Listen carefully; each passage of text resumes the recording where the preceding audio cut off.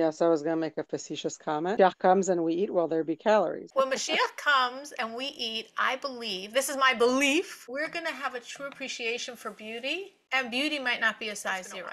We were discussing the soul's journey to life. And what we didn't touch on is why. Why does God want to do this? Why does he take a soul, the most intimate piece of self, of God? The core of the soul is God's core. Unlike everything in creation, God speaks into existence, like the sages say, with 10 creative utterances. God speaks, and creation is, and God speaks, and creation is, and God's been speaking for the past 5,700 plus years.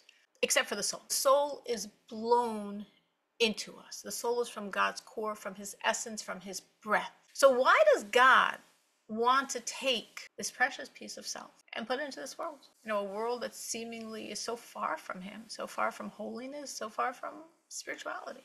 Any thoughts? Well, because otherwise we'd be just physical matter. But why does he need us? So he's doing it because to give us something besides physical matter, but why does he want us to be like that, to be a piece of him? I mean, we are. So if Hashem wants a Dira Tachtonim to have a place in this world, then he needs to create a vessel to hold him, so to speak, in this world. And so there needs to be, by Hashem putting part of himself in us, he's putting part of his infinite being into our finite beings.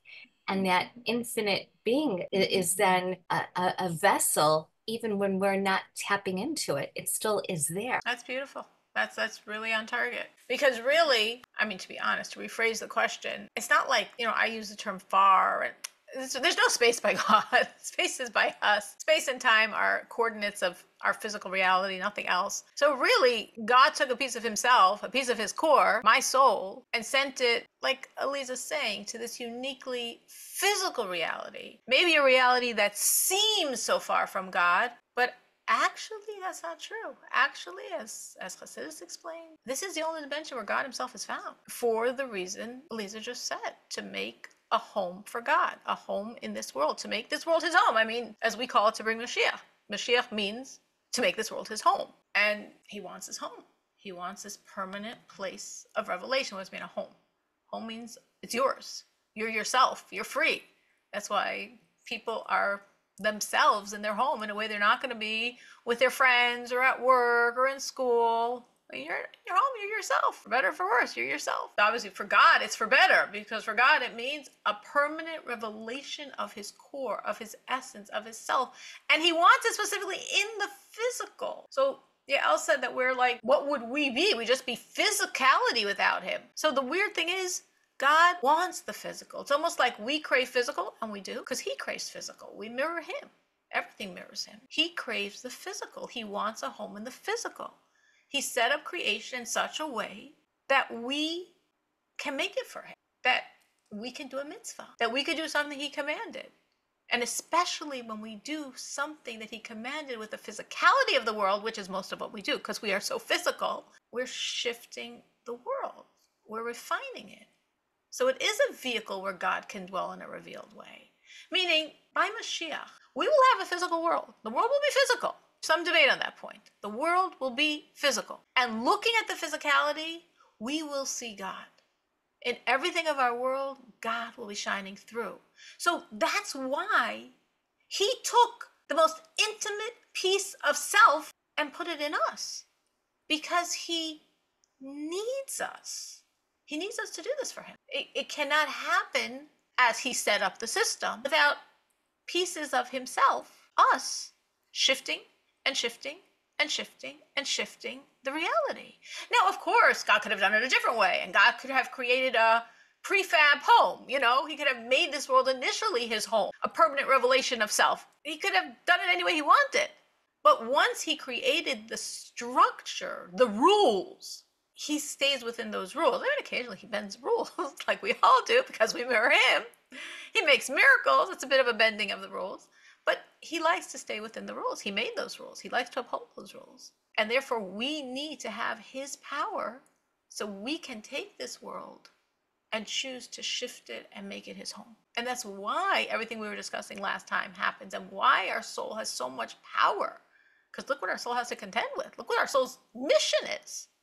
Our soul's mission is Very simple. Come into the world, shift the physicality, and make Mashiach happen. Oh yeah, sure, no problem. And then what? So that's why we need the ultimate power. We need God's power to do our job. And every Jew has God's power, which is interesting. What Elisa pointed out, we all have his powers. What we were discussing before, Jews, misguided Jews, Jews in all different strange places, they all have that power. That's why ultimately they're all going to come back, because they all have that power. So it's important to understand this, this whole talk about before is really important to understand what happens after. When we discuss after, meaning after a soul passes away, there's two different aspects that sometimes become like a mush in our brains, but there's really two perspectives that, again, have a lot of fusion at various points, which is the people left behind and the person who passed away. There's our end, there's the deceased's end. Some of the things we do, some of the laws and some of the customs are specifically, uniquely for us. And many, of course, are uniquely and specifically for the departed. And many sort of converge both. So I'm going to try to make it organized, but it's hard to make it organized because it's such a concept that just naturally flows from one point to the other. But I'll try to be as clear and stop me with any questions. When a person passes away, there is Jewish laws. Judaism directs everything in our life from before birth to after passing. So there's how Judaism directs the laws of mourning. Who are the mourners? From Jewish law, a mourner would be a person who is mourning for a parent, a spouse, a sibling, God forbid, a child. That's the mourners. Now, of course, someone could say, but this is my best friend that I'm closer to than my sibling, or this is an aunt that I was my surrogate mother. Beautiful. And you can choose to do many of the things, if you want to, that are mandated for mourners because you feel you are a mourner and you need those things. And you want to honor the deceased that way, especially in a situation where they don't have somebody else that's going to be doing these things for them. That's all fine. That's all open. But the mourners, the ones that are supposed to take on these roles, is the people that have this type of relationship: parent, child, sibling, spouse. The laws are supposed to give us time to grieve. We grieve to honor the dead, and it's the healthiest way for us to heal. We literally immerse ourselves in the bubble of grief, and then we could gradually emerge in a healthy way. And therefore there's many restrictions on everything else going on in our life. So we should really not get distracted. It's sort of like Tisha B'Av, which is, of course, the ultimate day of mourning. There's so many things we can't do. Why? So we shouldn't get distracted. We want to distract ourselves. We want to not focus on the pain, and we're tired and we're weak and we're hungry and we're thirsty and all the traumas of the day. We want to distract ourselves. And the laws say, no, don't distract yourself. You're not supposed to distract yourself. You're supposed to feel the pain. So similarly, when someone's in a space of mourning, there's a lot of things they're not allowed to do because they're not supposed to distract themselves. They're supposed to really temporarily really feel the pain, so then they can emerge. So the most intense restriction is until the burial. Because until, again, the person who's the official mourner, until this departed is buried, that is your job. It is so intently important to bury as soon as possible. It's such a perversion of our world, to use that word, of people literally delaying burial for days, weeks, and months to get it right, convenient for this person and that person. It's a horror. It's a horror when that happens. It's a tremendous, tremendous pain for the soul until the body is buried. It's tremendous dishonor for the body, and we give honor to the body as this was the body of the soul. It's not like it's a piece of flesh. Who cares? No. It has honor. It will have Tchias HaMesim, the resurrection of the dead, and it needs to be buried as soon as possible. If you're talking to someone not religious, because I'm sure we all have acquaintances that are not religious, maybe getting older, very important. The best thing you could do with someone not religious, and thank God my husband has done this with a number of elderly people that he's been close to, is get them to sign a paper legally to agree to a religious burial. It's not like, oh, I feel so awkward, I'm being so pushy, who wants to speak about someone's death? When a person gets to a certain age, it's an okay topic of conversation. And it's an eternal kindness for them. Even if they don't really understand why they need it, if you get them to agree, and it's a legal piece of paper, then they're going to have this special gift for their body and soul, even if they didn't even really understand what they were signing, even if they didn't really understand why it was so important. And again, if anyone needs the piece of paper, I can get it for you. My husband has done this with a number of people, and I definitely remember a time when someone, after the man passed away, and his son is like, no way. And my husband said, I have a document. It's a legal document. And the son said, I'm taking you to court over it. It's like, fine. Like, there's nothing to argue about. It's a legal document. Whatever. Eventually the son cooled down. He did some research. He found out that his father really did want this, even though he was sure his father had nothing to do with Judaism and had no desire and just wanted to be cremated. And whatever, it worked out. But my husband can speak to him today, I think, to that man. But it's really, really, really important because we all have people in that type of situation. Or if you don't have today, probably you will encounter people in that situation. It's really, really, really important. If you didn't do that and someone passed away and you have a relationship with the people that are going to make the decisions, whoever are the next of kin, the most important points to emphasize with someone not religious, well, the first and most critical point, of course, is cremation. Cremation is a horror for the person that passed away. Cremation, according to Jewish law, you don't sit Shiva for someone who was cremated. It's a horrific sin. It's what the Nazis did to us. And it's something you really, really, really, I've really worked hard. And sometimes you feel like this is going nowhere and there's no way. But sometimes, you work hard and God opens a door and you figure out a way to pay for it. So, because for a lot of people, it's unfortunately a financial decision. And it's just so significant. Hopefully that's not the issue. And if you get into the details, basically the two again, there's a lot of details, but I would say the two most strongest things to speak of if you have someone that you're close to who's not religious and someone passed away in their life, and thank God they're not thinking of cremation, so you don't have to walk that road, is one, to emphasize the importance of a wooden casket. That a wooden casket is very important because we want the body ultimately to go back to the earth, which is harder in a metal casket. In Israel, they bury on the ground. In America, it's illegal, but most burial societies, they splinter the bottom of the wooden casket to have some concept of, the body being in the earth. The body's connected to the earth. The other thing that's generally, if you can, obviously, sometimes you feel you can't say anything, but sometimes can push yourself knowing this is so important, is to speak about not having a showing of the body. The showing of the body is a great pain for the body and for the soul. And that's obviously, if you were ever in a situation where we were at a funeral and there was a showing, don't look at the body because it's considered like a really great pain for the body. Any questions, any thoughts on that? Okay. Actually, I want to put in for those who might be listening to the recording that there is an organization that you can put people in contact with that is called NSAC. And does what's in the chat show in the recording? No. No. Okay. So then I'm going to say NSAC. It's NASCK, National Association of Chaver Kadisha. It does both education.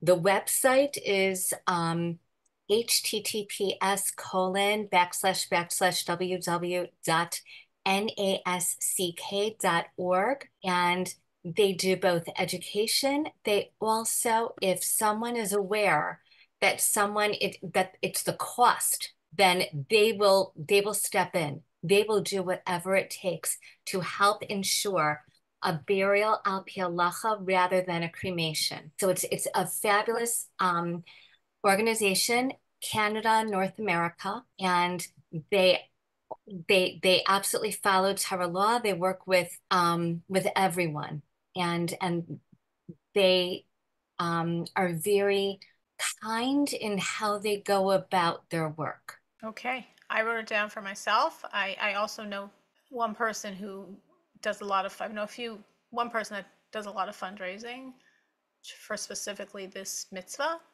And I know a few others as well. It's just do what you have to do because it's such a eternal thing, God forbid, cremation as versus, obviously a burial. So what we see here is we really revere the body. We do. Because even after death, the body has a connection to the soul, which is also the reason why after death, Kabbalistically, we speak of cleansing processes, spiritual cleansing processes for the body. This is the body that's going to have Tchias HaMesim. This is the body that served God. This is a body, this is actually the reason we're told by Mashiach. It's like a debate. Will we eat by Mashiach? Will we need to eat? You know, such a spiritual reality. We have to actually waste time cooking and serving and cleaning. And the bottom line answer is yes. The Lubavitcher Rebbe speaks about this very strongly. Yes, we will eat because bodies appreciate food. Even if they don't need to eat, they still like to eat. They still appreciate food. And since the body and the soul are a unit, since the body worked to serve God, worked through all the situations of Gullus, worked to be a Jew, the body deserves to be rewarded. And that's why, yes, that we will eat by Mashiach. The body deserves it. So we revere the body even after death. The body is attached to the soul. That's the reason why people go to a gravesite to connect to the deceased, because there's still a connection after passing between the soul and the body. That's a reason we bury immediately. All these things, reason why we don't have a showing, the reason why we don't have cremation. People are like, who cares? It's just dead flesh. No, this flesh housed a soul. This flesh is still connected to the soul. You know, people go literally to the gravesite to invite, let's say, a parent or a grandparent to a wedding. Are they crazy? No, it's a Jewish custom to do so because the soul has a connection to the place of the body. So if you want to connect to the person, it's a very strong connection going to the gravesite. Some people leave invitations by the gravesite.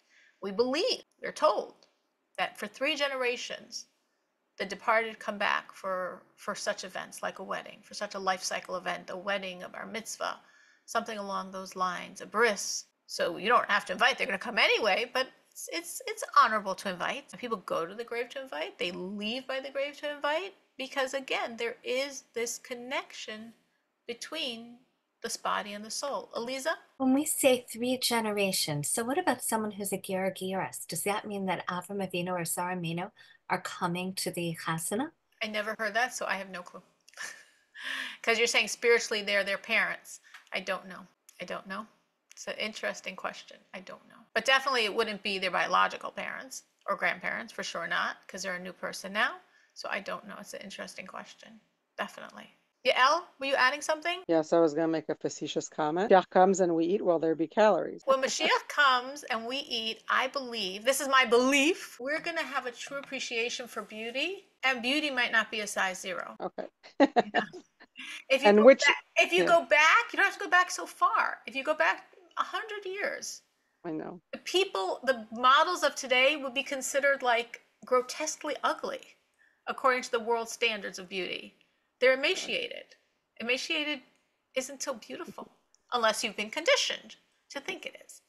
But also something just about appearance, since you asked that facetious question. Mm-hmm. All of us, in essence, I don't know if it's a nice way to put it, but more or less we're all ugly now. We're told, the first sin, the primordial sin, it's actually the Darwinism in reverse. We're told that many changes happened after the first sin, and one of them was man himself. That man was so beautiful, and after the sin, his features became coarsened until he looked, in contrast to what man was, he looked like a monkey. Meaning a monkey is a very, very coarsened sort of version of a human face, right? So man, after the first sin, compared to man before the sin, was like monkey to man. All of our features were coarsened, changed, were distorted. And we're told that by Mashiach, we're going back to pre-Chet Tzadas, before the primordial sin. So I don't know exactly what that looks like, but I know that all of us, our real beauty will shine. Our real beauty will shine. And I don't know what size figures will be the real beauty, but whatever it is, we'll have them. And which body comes back for Techiyat HaMeitim? Like when you're 20, when you're 30, when you're 50, when you're 60? The body when you passed away. It says that the body that the person passed away with, that's what's having Techiyat HaMeitim. So if a person was 60 or 20 or 5, that will be the body their soul will enter. If there was any illness, sickness, if the person was burnt, whatever it is, that is how the body will be. And then there'll be the healing. If someone was sick, if someone drowned, if someone burnt, if someone, that is that, as that body is, that's the body. And then the body will right away heal because there's no sickness or illness by Mashiach. And then the body will grow younger. We're told that all the bodies will grow back until biologically the body of a 20-year-old. The reason why we're told a 20-year-old is because Adam and Chava were created as 20-year-olds. In other words, they weren't created as babies. What was their biological age?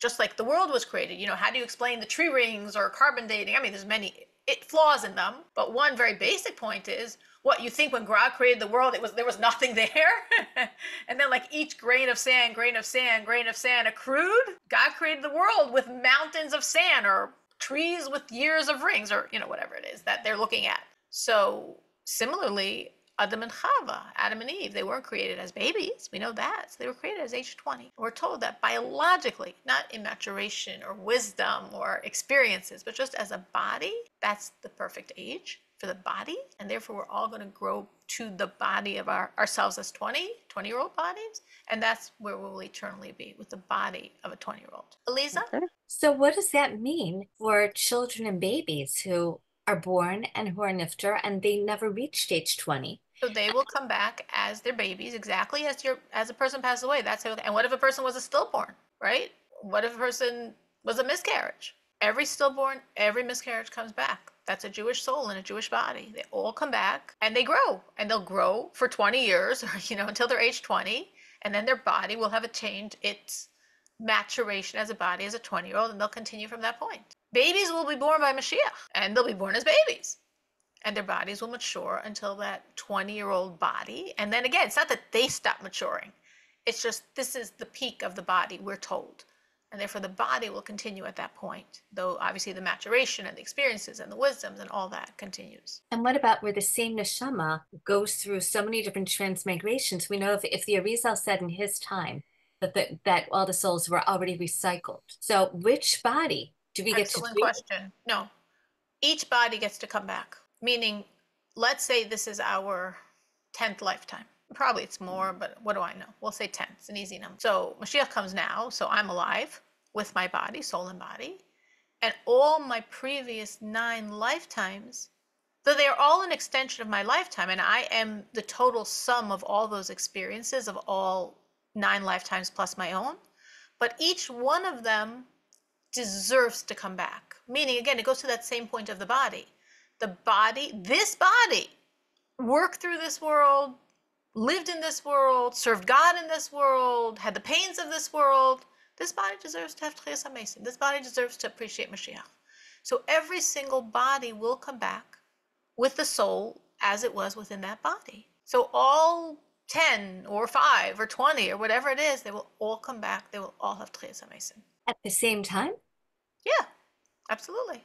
So then our soul is just taking place in multiple bodies at the same time. Well, not exactly, but that's in essence, like for example, it's possible, the soul of things is a lot more fluid than you're thinking.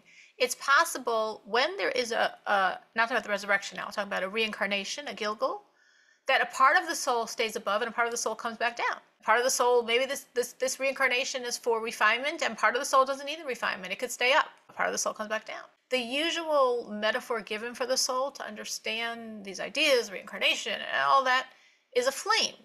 That if you take a candle, a lit candle, and you light another candle, it doesn't diminish the light of the first candle.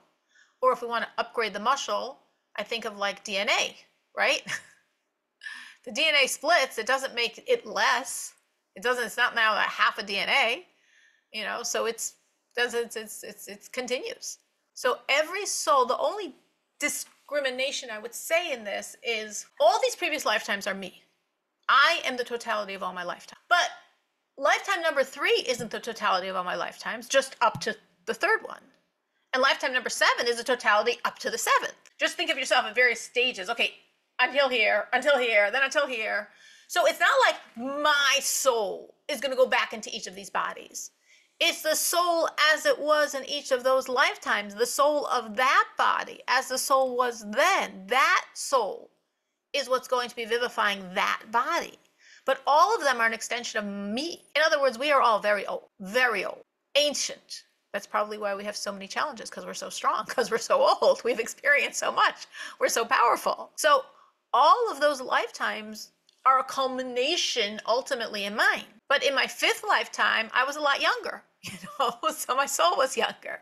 So it was slightly different. Almost like, I don't know if this is a good muscle for you, but I think sometimes for myself, like if I look back at myself before I got married or when I was in high school, something like that, it's almost like looking at a different person. Almost like looking at a different person. Though it's not a different person, it's me. But, so much has happened, so much time, so many experiences, so much life, that it's almost like a different person. So that's sort of like you and all your previous incarnations. They're all you. They're totally you. But they're also you at various stages until this point. We're talking about how precious the body is, how the soul hovers by the body. It says about the tzaddikim, it says, tzaddikim after misasam kruyim chayim. The tzaddik, the perfectly godly person, even in his death, he is called alive. Why? Because what defines life is that a soul is in a body. And by I'm going to use the term regular tzaddik. That sounds like a real oxymoron, but whatever. By a regular tzaddik, the lowest level of soul, which is called nefesh, there are 5 levels of our soul, but the nefesh stays in the body. Actually talking also like this idea about the soul and its parts. So you see this with the tzaddik after he passes away. A regular tzaddik. The nefesh stays in the body. The next level of soul, remember we discussed the levels when we were talking about the person coming into this world. So the ruach goes to the lower Gan Eden. The neshama goes to the higher Gan Eden. So the soul is, each level of soul is in the appropriate place for it, including, again, for a tzaddik, not for regular people, that the nefesh stays in the body. The body deserves it. The body was so holy, the body was so pure, the body deserves it. Some tzaddikim, even greater tzaddikim, we're told never died, which means, well, we just said all tzaddikim are called alive. Yeah, they're alive because life means soul and body, and every tzaddik has a part of his soul and his body, his most base level. But some tzaddikim that are greater have more of their soul in their body. Some have the entirety of their soul in their body. Like it says about Yaakov Avinu, right? It says in the Gemara about Yaakov that he never died. It says in the Gemara about Moshe never died, even though it also tells us the day he passed away. In the Gemara it speaks of Rabbi Yehuda Hanassi, who will come back Friday night and make Kiddush for his family and also on the holidays. It speaks of Rabbi Elazar, the son of Rabbi Shimon Bar Yochai, who told his wife before he passed away, don't bury me, I want to stay in the bedroom. And people would come outside the door and ask him questions and he would respond. So these tzaddikim, these unbelievable tzaddikim, their life continued. One way or another, there was a life that continued because of their soul. I think we once mentioned in class the concept of the famous story of Avram Avinu coming to complete the first minyan of the Jewish settlement in Hebron. It's a very famous story. We still have the shul of Avram Avinu. They call it Avram Avinu shul because he davened there. And the question is, well, what did that help? But Mesim Chafshi, when you're dead, you can't count for a minyan. A child can't count for a minyan. A woman can't count for a minyan. A dead person can't count for a minyan. Because he wasn't. Because he was that alive. Because his neshama was in his body. So all of this really is showing us, so why? Why, if you're a regular tzaddik, a part of your soul stays in your body, unlike people that are not tzaddikim? And why, if you're a really great tzaddik, your whole soul stays in your body? Because there's this specialness of the body. It's special. It's not a lump of flesh. It's special. As Lisa mentioned before, it's the vehicle through which we serve God. It's special. It's something we honor. By Mashiach, and that's also a question. Our bodies will be resurrected. Some people think that this idea of resurrection is the soul goes into a body. No. As we were just explaining, it's the body that lived with this soul in this world.